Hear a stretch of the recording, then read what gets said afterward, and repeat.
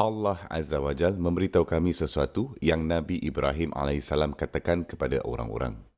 Fa'ayyul fariqaini ahaqqu bil amni in kuntum ta'lamun.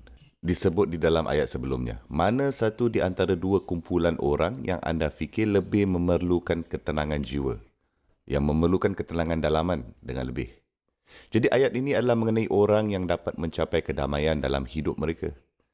Kita tahu orang menderita dengan berbagai jenis ketidakseimbangan emosi, kemurungan, kesedihan, kemarahan, kegelisahan.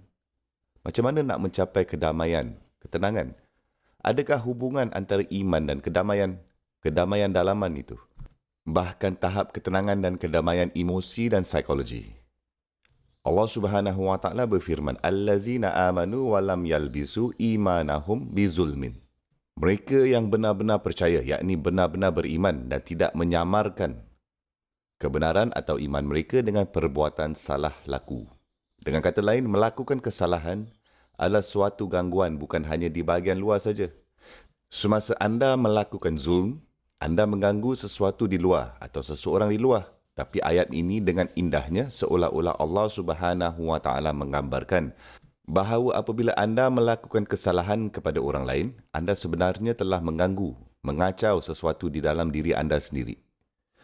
Kemudian Allah Subhanahu wa taala berfirman, jika kamu mampu tidak melakukan itu dan tidak menyalahi orang lain dan tidak melakukan kesalahan, salah laku atau tidak melakukan ketidakadilan dalam bentuk apa-apa pun, ulaika lahumul aman. Mereka itulah orang-orang yang berhak dan layak mendapatkan aman.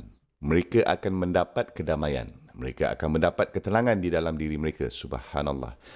Okey, anda tahu tak sering kali kita melihat pada masa ini tentera atau askar yang balik dari medan perang, yang menyaksikan kekejaman atau dalam keadaan tempat di mana mereka bebas melakukan kekejaman.